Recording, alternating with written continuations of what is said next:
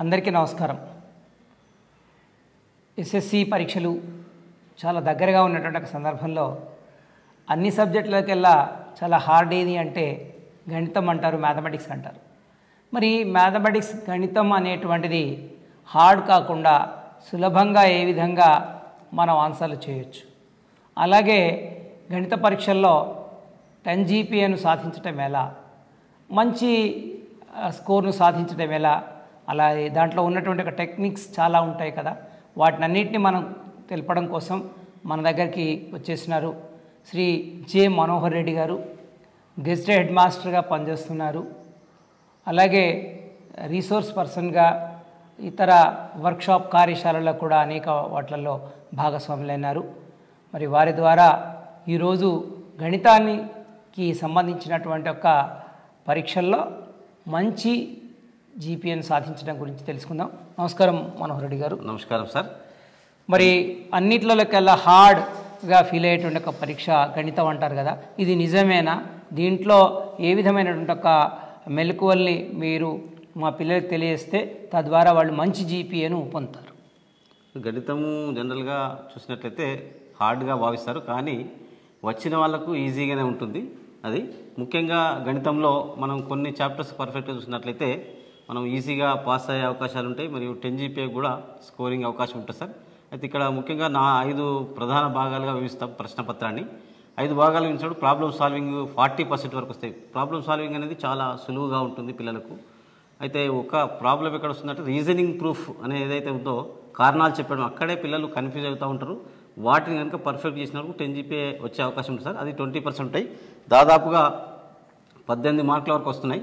తర్వాత మూడోది కనెక్షన్ అనేది అనుసంధానంలో కూడా పిల్లలు కొంత వెనకబడుతారు. ఎందుకంటే ఒక చాప్టర్కు అనుసంధానం చేయడం, లేదంటే ఒక సబ్జెక్టుకు ఇంకో సబ్జెక్టుకు కూడా అనుసంధానం చేయడం వల్ల కొంత కనెక్షన్, ఎక్కడ కనెక్టివిటీ దెబ్బతింటుంది అనేసి వాళ్ళు కనుక ఆ హింట్, ఆ క్లూను కనుక గమనించినట్లయితే అందులో కూడా సాధించగలుగుతారు సార్. మరి కమ్యూనికేషన్ అనేది ఫార్ములాస్ బేస్ చేసుకుంటుంది, భాష, గణిత భాష అనేది ఉంటుంది. తర్వాత మ్యాథమెటిక్స్ లాంగ్వేజ్, తర్వాత మరి విజువలైజేషన్ రిప్రజెంటేషన్ అనేది చాలా సులువుగా ఉంటుంది. అందులో కూడా 14 మార్కులు వస్తాయి. మొత్తము మనకు 80 మార్కుల పేపర్లో గాను 12 మార్కులు ఎక్స్ట్రా, 6 మార్క్స్ 2 ఎక్స్ట్రా క్వశ్చన్స్ ఉంటాయి. మొత్తం 92 ఉంటాయి. ఇందులో మొదటి భాగానికి వచ్చేసి 37, రెండోది 18, మూడోది 9, నాలుగవది వచ్చేసి 14, ఐదోది కూడా 14. ఈ 5 అంశాల్లో వివరించబడుతుంది సార్. ఓకే, మరి ప్రాబ్లమ్ సాల్వింగ్ అన్నారు కదా, ప్రాబ్లమ్ సాల్వింగ్ కింద ఎలాంటి ప్రశ్నలు వస్తాయి? ముఖ్యంగా ప్రాబ్లమ్ సాల్వింగ్ అంటే డైరెక్ట్గా పిల్లలు ప్రాబ్లమ్ సాల్వ్ చేయడం, అంటే దానికి ముఖ్యంగా దత్తాంశము ఇవ్వడం జరుగుతుంది సార్. Okay, given data. ఆ గివెన్ డేటా ఎవరైతే ఇస్తారో అది రాసినందుకే మనకు ఒక 1 మార్క్ ఇవ్వడం జరుగుతుంది.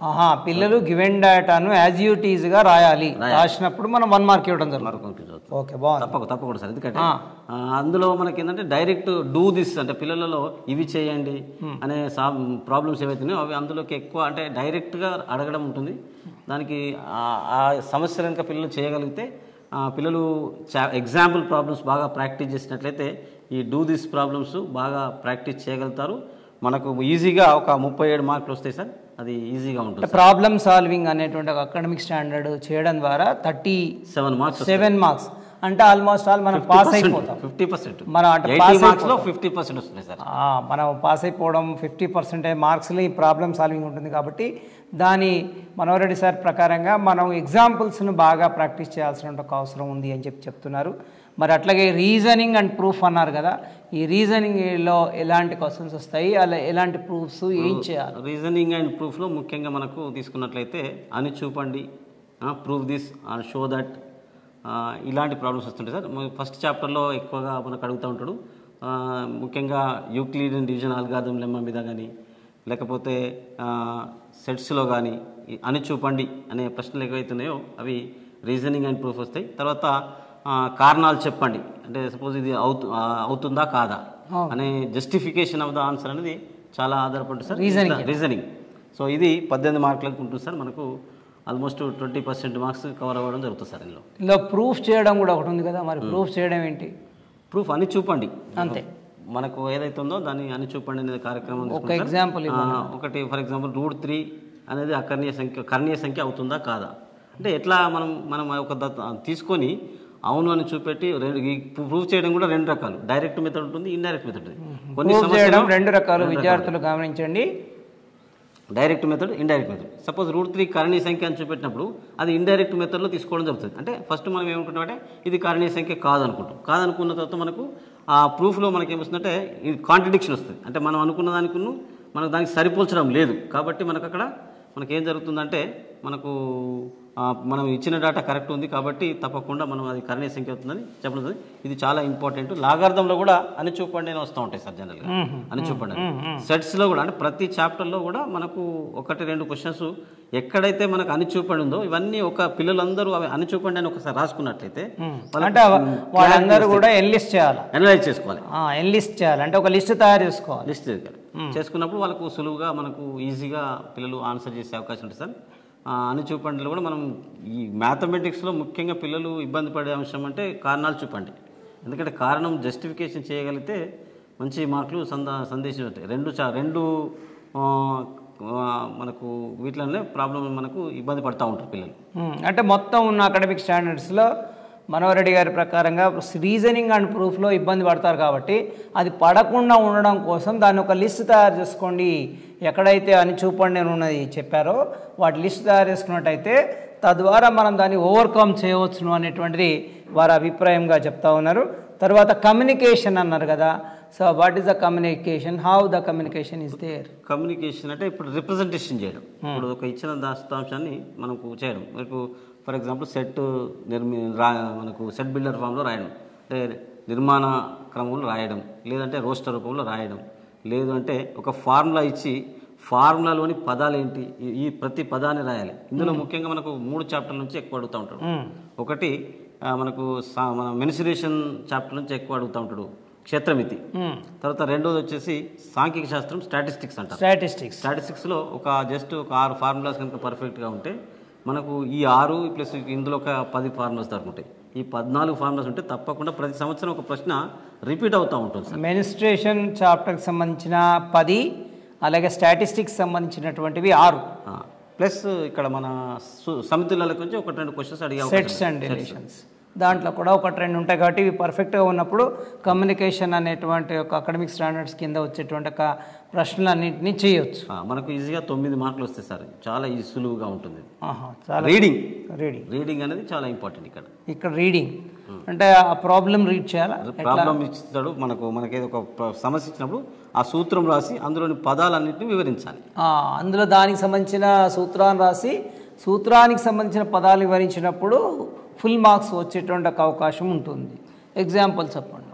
ఎగ్జాంపుల్ సపోజ్ మధ్యగతం సూత్రం చెప్పమనడం కావచ్చు, లేకపోతే సాంఖ్య, లేదా మనకు ఒక గది 4 గోడల వైశాల్యానికి సూత్రం రాసి దాని యొక్క సంపూర్ణతల వైశాల్యం అనొచ్చు. అప్పుడు V మనం ఫార్ములా రాసినప్పుడు ఆ ఫార్ములాలో మనకు V అంటే ఏంటి, L అంటే ఏంటి, B అంటే ఏంటి, H ఘన పరిమాణం సూత్రం అనుకోండి. V LBH అంటాం. మరి V అంటే ఘన పరిమాణం, L అంటే పొడవు, B అంటే వెడల్పు, H అంటే ఎత్తు. అంటే ఒక ఫార్ములాలోని ప్రతి పదాన్ని చెప్పడం. ఒకవేళ పిల్లలకి ఏదైనా చిన్న మిస్టేక్స్ అయినా ప్రాబ్లం లేదు, కానీ మనకు ఆటోమేటిక్గా ఇంగ్లీష్ కనుక బాగా పట్టున్నప్పుడు ఎల్ అన్నప్పుడు లెంత్ అని తెలుస్తూ ఉంటుంది. అక్కడ అంటే ఆల్మోస్ట్ ఫార్ములా కనుక బయాడ్ అయి ఉంటే వాళ్ళకు అందులో ఉన్న లెటర్స్ ఫస్ట్ లెటరే స్టార్ట్ అవుతుంది. కాబట్టి ఇంగ్లీష్ మీడియం వాళ్ళకైతే చాలా సులువు. So pay attention on the formulae చెప్పేటువంటి దాంట్లో నుంచి అంశము అటెన్షన్ ఫార్ములే మీదే ఇవ్వండి. తర్వాత రెండోది దీనికి ఈజీగా ఎట్లా మరి మనకు ప్రతి చాప్టర్ వెనకాల కీలక అంశాలను ఇస్తూ ఉంటాడు. కీవర్డ్స్ ఆ కీవర్డ్స్లో ప్రతి చాప్టర్ వెనుక ఒక దాదాపు 10-12 ఇంపార్టెంట్ డెఫినేషన్స్ కావచ్చు, లేకపోతే ఫార్ములాస్ కావచ్చు ఇస్తాడు. అవి చూసుకుంటే సరిపోతుంది. Keywords are very important for every chapter, and after the chapter there are keywords, so please focus on the keywords so that you'll get the understanding about the subject. అవును sir, తప్పకుండా. ఎందుకంటే అది చాలా బాగుంటుంది సార్. నెక్స్ట్ వచ్చేసి మనకు connection. ఈ కనెక్షన్లో అనుసంధానం అంటాం మనం. అనుసంధానం అంటే ఒక బేస్ చేసుకొని సపోజు బహుపదులకును తర్వాత బహుపదులకును సాంఖ్యక శాస్త్రానికి చెప్పడం కావచ్చు, లేకపోతే బహుపదులకును నిరూపక జామితికి కావచ్చు, లేదంటే ట్రిగోనోమెట్రీకి జాయిన్ చేయడం కావచ్చు, లేదంటే ఫిజిక్స్ కూడా అప్పుడప్పుడు మనకు 5వ చాప్టర్లో కనిపిస్తూ ఉంటుంది. వేగము, దూరము, డిస్టెన్స్ మీద ఇవ్వడం జరుగుతుంది. డిస్టెన్స్ అనేది మ్యాథమెటిక్స్లో డిస్టెన్స్ ఏంది అనిపిస్తుంది, కానీ అది ఫిజిక్స్కి రిలేటెడ్గా ఉంటుంది. ఇప్పుడు వేగం కావచ్చు, త్వరణం, వెలాసిటీ కావచ్చు, ఇవన్నీ ఫిజిక్స్. అంటే ఒక మనకు మ్యాథమెటిక్స్తో కనెక్షన్ అయిన సబ్జెక్ట్ కావచ్చు, అంటే సేమ్ గణితం కావచ్చు, లేదంటే మిగతా సబ్జెక్టుతో కూడా అనుసంధానంగా ఉంటాయి. దేంతో అసోసియేట్, ఫిజిక్స్ తోనే అసోసియేట్ కావచ్చు, అప్పుడప్పుడు కెమిస్ట్రీతో కూడా తక్కువగా ఉంటుంది, ఫిజిక్స్ తోనే ఎక్కువగా ఉంటుంది. జనరల్గా ఏంటంటే వెలాసిటీ మీదనే ఎక్కువ ప్రశ్నలు అడుగుతూ ఉంటాడు, వెలాసిటీ, స్పీడ్. సో వీటిని కూడా ఒకసారి చూసుకున్నట్టయితే కనెక్షన్ వస్తుంది సార్. 14 మార్కులు వచ్చే అవకాశం ఉంది. కనెక్షన్ లో 14 మార్కులు వస్తాయి సార్ తప్పకుండా. అంటే దీన్ని ఎట్లా కనెక్ట్ అయింది అనేటువంటిది చూడాల్సిన అవసరం. ఓకే, దాంతోపాటు విజువలైజేషన్ అన్నారు కదా, how they are going to face it. Different విజువలైజేషన్లో మనకు ముఖ్యంగా 4 అంశాలు ఉన్నాయి సార్. ఇప్పుడు సమితులలో మనకు అవి చూసినట్లయితే మనకు సమితులలో వెన్ చిత్రాలు గీయమని అడుగుతారు, Venn diagrams. So Venn diagram ఒక క్వశ్చన్ అనుకోండి. రెండవ క్వశ్చన్ వచ్చేసి మనకు గ్రాఫ్ గీయడం. మూడో చాప్టర్ పాలినామియల్స్లో గ్రాఫ్ గీసి అందులో శూన్యాంశాలు కనుక్కోవడం, జీరో వాల్యూస్ ఐడెంటిఫై చేయడం. అంటే ఇది చాలా సింపుల్ సార్. ఒక 2 ప్రాబ్లమ్స్ ఉన్నాయి అలా. గ్రాఫ్ లెక్కలలో 2 ఉంటాయి, మనకు ఎక్కువగా ఉన్నాయి. మనకు ముఖ్యంగా ఏంటంటే సమితులలో మనకు A union B, A intersection B, A minus B, ఇట్లా సెట్స్లో. ఇక్కడికి వచ్చే వరకు గ్రాఫ్ y = mx² గ్రాఫ్ కావచ్చు, x² మైనస్ అంటే బహుపది యొక్క గ్రాఫ్ గీసి అందులో శూన్యాంశాలు. నెక్స్ట్ మూడోది వచ్చేసి 4వ చాప్టర్లో మనకు లైన్స్ ప్యారలల్గా ఉంటాయా, ఖండించుకుంటాయా, లేకపోతే కోయిన్సైడ్ అయితే, ఈ 3 రకాల గ్రాఫ్లను మనం చూసుకుంటాం. అంటే గ్రాఫ్కి సంబంధించిన మొత్తం 4 ప్రశ్నలు వస్తాయి సార్ ఇందులో. విద్యార్థులు గమనించండి, గ్రాఫ్ సంబంధించిన 4 ప్రశ్నలు. ఒక ప్రశ్న వచ్చేసి మనకి ఇక్కడ బహుపదులోంచి వస్తుంది. రెండో ప్రశ్న వచ్చేసి ఇక్కడ నుంచి వస్తుంది. మూడో ప్రశ్న వచ్చేసి గ్రాఫ్లలో మనకు సాంఖ్య శాస్త్రంలో గ్రాఫ్ వస్తూ ఉంటుంది. స్టాటిస్టిక్స్లో ఓజీవ్ కరువు గీయమంటాడు, ఓజీవ్ కరువు గీయమంటాడు. అప్పుడు మనకి ఏంటంటే జస్ట్ ఒకటే పద్ధతి సార్. అన్ని ఈ 4 కనుక ఉంటే తప్పకుండా ప్రతి సంవత్సరం ఒకటి రిపీట్ అవుతా ఉంది. 4 ఇది 100% బహుపదుల్లోంచి ప్రతి సంవత్సరం కూడా ఒక లెక్క వస్తుంది. అంటే పిల్లలకు 6 మార్కులు కంపల్సరీగా వస్తాయి ఈ గ్రాఫ్ లెక్క కనుక పర్ఫెక్ట్ చేసుకుంటే. గ్రాఫ్ను బాగా అటెన్షన్ చేయండి, 6 మార్క్స్ ఈజీగా వస్తాయని చెప్తున్నారు. తర్వాత మధ్యగతము ఉంటుంది. తర్వాత నిర్మాణానికి వచ్చేసి కన్స్ట్రక్షన్స్లో 8వ చాప్టర్ మనకు త్రిభుజ నిర్మాణాలు ఉన్నాయి కాబట్టి అది మనకు 2 రకాల నిర్మాణం ఉంటుంది. స్వరూప త్రిభుజం యొక్క నిర్మాణము క్రమ పద్ధతిలో ఏ విధంగా చేస్తాము, అపక్రమ పద్ధతిలో 3/5 రేషియోలో ఎట్లా డివైడ్ చేస్తాము, లేదంటే 5/3లో ఎలా చేస్తాం అనేది ఉంటుంది. తర్వాత స్పర్శ రేఖలు గీయడం. ఈ 7 అంశాలు కనుక మనం పర్ఫెక్ట్గా ఉంటే మనకు ఈజీగా ఒక 14-15 మార్కులు వచ్చే అవకాశం ఉంది సార్ మనకు. అంటే ఇది చాలా సులువైంది సార్. పిల్లలు పాస్ కావడానికి 2 అంశాలను బాగా ఫోకస్ చేయాలి. ఒకటి ఏంటంటే మంచి మార్కులు, అంటే 10 GPA రావడం కావచ్చు, లేదంటే 9 GPA రావడం కావచ్చు. ఈ 3 అంశాలలో పిల్లలు ఈజీగా 8-9 GPA సాధించగలుగుతారు. పాస్ కావడానికి అయితే ఈ విజువలైజేషన్ రిప్రజెంటేషన్ చాలా ఉపయోగపడుతుంది. సో విజువలైజేషన్ రిప్రజెంటేషన్ అనేటువంటి దాని ద్వారా పాస్ కావడం సులభం అని చెప్తున్నారు. అట్లాగే మార్క్స్ గెయిన్ చేయడం అనేటువంటి ఒక అంశం కూడా చాలా సులభంగా ఉంటుందని చెప్తున్నారు. తర్వాత పార్ట్ బిలో ఎలాంటి ప్రశ్నలు రాబోతున్నాయి, పార్ట్ బిని ఎలా వీళ్ళు సాల్వ్ చేయాలి? మనం పార్ట్ బికి వచ్చే వరకు మనకు మొత్తం 20 పార్ట్ బికి సంబంధించిన ప్రశ్నలు ఉంటాయి సార్. అన్ని మల్టిపుల్ చాయిస్ ఉంటాయి కాబట్టి 20 ప్రశ్నలు ఉంటాయి. ఆల్ ఎంసీక్యూ ఉంటాయి, మల్టిపుల్ చాయిస్ ఉంటాయి. 4 ఆన్సర్స్ ఇస్తూ ఉంటాడు. అయితే ఈ ఆన్సర్స్ చేసేటప్పుడు ఏంటంటే ఎలిమినేషన్ మెథడ్ ఎక్కువగా మనం ఆలోచించాలి సార్. ఎలిమినేషన్ మెథడ్ ఫస్ట్ మనం ఏ ఆన్సర్ కాదో దాన్ని ఐడెంటిఫై చేసుకోవాలి. ఐడెంటిఫై చేసుకున్నప్పుడు ABCDలో ఏది కాదో అది పక్క పెట్టేస్తాం. మనం మా 3 గురించి మనం ఆలోచించినప్పుడు, 2 గురించి ఆలోచించినప్పుడు పిల్లలు కన్ఫ్యూజ్ తక్కువగా ఉంటుంది. ఫస్ట్ రాంది ఏదైతే ఐడెంటిఫై చేస్తామో దాన్ని పక్కకు పెట్టేసి అనుకోండి, మనకు ఎలిమినేషన్ మెథడ్లో తొందరగా ఆన్సర్ వచ్చి ఉంటుంది. ఎందుకంటే పిల్లలు సిమిలర్గా ఉంటాయి, ఆన్సర్స్ దగ్గరగా ఉంటాయి. దగ్గరగా ఉన్నప్పుడు మనం ఏం చేస్తామంటే ఎలిమినేషన్ మెథడ్ కనుక తీసుకున్నట్లయితే ట్రయల్ అండ్ ఎర్రర్ మెథడ్ కావచ్చు, ఎలిమినేషన్ మెథడ్ కావచ్చు, లేదంటే సబ్స్టిట్యూషన్ మెథడ్ కావచ్చు, ప్రతిక్షేపించాలి. ఒక్కొక్కసారి మనం ఆన్సర్ సబ్స్టిట్యూట్ చేసినాం అనుకోండి మనకు వస్తుంది. ఎందుకంటే ఇది 30 minutes ఉంటుంది టైము, 20 క్వశ్చన్స్ చేయాలి. అవును. అంటే దాదాపు 1.5 మినిట్ ఉంటుంది. 1.5 మినిట్లో మనం 1 క్వశ్చన్ చేయాలంటే మ్యాథమెటిక్స్లో కొద్దిగా కష్టంగానే ఉంటుంది. కాబట్టి మనం ఏం చేయాలంటే ఈజీ క్వశ్చన్స్ అన్నీ కూడా అయితే ప్రతిక్షేపణ పద్ధత లేకపోతే ట్రయల్ మెథడా, ఈ పద్ధతులు కొన్ని ఒక్కొక్క ప్రశ్నకు ఒక్కొక్క మనం చూడంగానే అర్థమైపోతుంది దానికి అది ఏ పద్ధతి ఎంచుకోవాలి. పద్ధతి ఎంచుకున్నామంటే మనకు సులువుగా మనం ఆబ్జెక్టివ్లో బై తీసుకునే అవకాశం ఉంటుంది సార్. 20 మార్కులు. పిల్లలు బాగా గమనించండి, ఇక్కడ సార్ మనకి 2-3 పద్ధతులు చెప్తున్నారు. ఆ పద్ధతిని ఎలిమినేషన్ పద్ధతిని వాడవచ్చు. మనం ఆ పద్ధతిని వాడడం ద్వారా ఏదైతే కాదో ఆన్సర్ పక్క పెట్టేసి మిగతా దాంట్లో నుంచి మనం పికప్ చేస్తాం ఆన్సర్ని. అట్లాంటి పద్ధతులపైన ఫోకస్ చేయడం ద్వారా మనకి ఆబ్జెక్టివ్ బిట్లో మంచి మార్కులు సాధించవచ్చును అంటున్నారు. ఇంకా ఏమైనా అంటే పర్టికులర్ మీరు ఇచ్చేటువంటి ఒక 10 GPA గురించి పిల్లలకి ఇంకా ఏమైనా ఫోకస్ చేయాల్సిన అంశాలు ఉన్నాయా?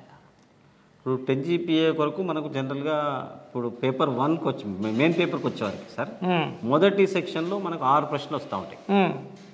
మొదటి సెక్షన్లో మిగతా సబ్జెక్టులు అయితే ఆప్షన్స్ అన్నీ కూడా దాదాపుగా సేమ్ ఉంటాయి. బయాలజీ, ఫిజికల్ సైన్స్ 40 కాబట్టి తక్కువ ఉంటాయి. మన ఫిజికల్ సైన్స్ కావచ్చు, సార్ మ్యాథమెటిక్స్ కావచ్చు, సోషల్ కావచ్చు ఆల్మోస్ట్ సేమ్ విధానమే పాటిస్తారు. అయితే మనకు 6 ప్రశ్నలు మొదటి స్థానంలో 6 వస్తూ ఉంటాయి. 6 × 2 మార్కులు అక్కడ ఛాయిస్ ఏమి ఇవ్వరు సార్ మనకు. అక్కడే మనకు ప్రాబ్లం చిన్నగా 2 మార్క్స్ క్వశ్చన్ కానీ పిల్లలు 2 మార్క్స్లో మనకి ఎట్టి పరిస్థితుల లోపల చాయిస్ లేదు. 4 మార్క్స్లో లేదు సార్. 4 మార్క్స్లో ఓన్లీ 6 మార్క్స్లో మాత్రమే మనకు చాయిస్. 6 క్వశ్చన్స్ ఇస్తాడు, 4 అక్కడ పిల్లలు పాస్ కావడం సులువు. అక్కడ మనకు గ్రాఫ్ కావచ్చు, లేకపోతే ప్రాబ్లమ్ సాల్వింగ్ కావచ్చు, లేకపోతే కమ్యూనికేషన్ సంబంధించి కావచ్చు, ఇట్లాంటి కొన్ని క్వశ్చన్స్ అడగడం వల్ల ఏంటంటే వాళ్ళకి ఈజీగా 6 మార్క్స్ వస్తాయి. మనకు జనరల్గా మ్యాథమెటిక్స్కి వచ్చేసరికి మనకు ఇప్పుడు ఏ సబ్జెక్ట్కైనా 80 మార్క్స్ ఉంది కాబట్టి 28 మార్క్స్ వస్తే మనకి ఈజీగా మనం పాస్ అయ్యే అవకాశం ఉంటుంది. ఈ 28 కాబట్టి మనకు ప్రాబ్లమ్ సాల్వింగ్ తర్వాత విజువలైజేషన్ చూసుకున్నట్లయితే వాళ్ళకి ఎక్కువగా మనకు వచ్చే అవకాశం ఉంటుంది సార్. అది అంటే సాధారణంగా మేము ఫెయిల్ అవుతాము లేదా మాకు తక్కువ స్కోర్ వస్తుంది అనుకునేటువంటి వాళ్ళు please attention on academic standard 1 problem solving అంటున్నారు. విజువలైజేషన్ దాని మీద మరి రెండింటి మీద ఫోకస్ చేసినట్టయితే పాస్ అవ్వడం సులభం. అలాగే మిగతా చెప్పినటువంటి ఒక ఏరియాస్లో గ్రాఫ్లో మనం ప్రత్యేకమైనటువంటి ఒక ఫోకస్ ఇవ్వాలి. అలాగే మనకు ఫార్ములేకి సంబంధించిన అంటే డిఫరెంట్ ఫార్ములే ఉన్నాయి కాబట్టి ఆయా ఫార్ములాలను కూడా మనం వరుస క్రమంలో రాసుకొని ప్రాక్టీస్ చేస్తే బాగుంటుంది అనేటువంటి సారాభిప్రాయం. పిల్లలు ఏంటంటే ఫార్ములాస్ కూడా ఏం చేయాలంటే వాళ్ళు ఎక్కడైతే చదువుకుంటారో అక్కడ ఒక అంటే టిప్స్ లాగా రాసి పెట్టుకుంటే వాళ్ళకు రోజు ఒకసారి చూసుకుంటే ఏంటంటే ఎక్కువ ప్రాక్టీస్గా ఉంటుంది. ఫార్ములాలో చిన్న మిస్టేక్ జరిగినా కానీ మనకు 2 రకాలు ఉంటుంది సార్. ఇప్పుడు ప్రాబబిలిటీ ఉంది, సంభావ్యత ఉంటుంది.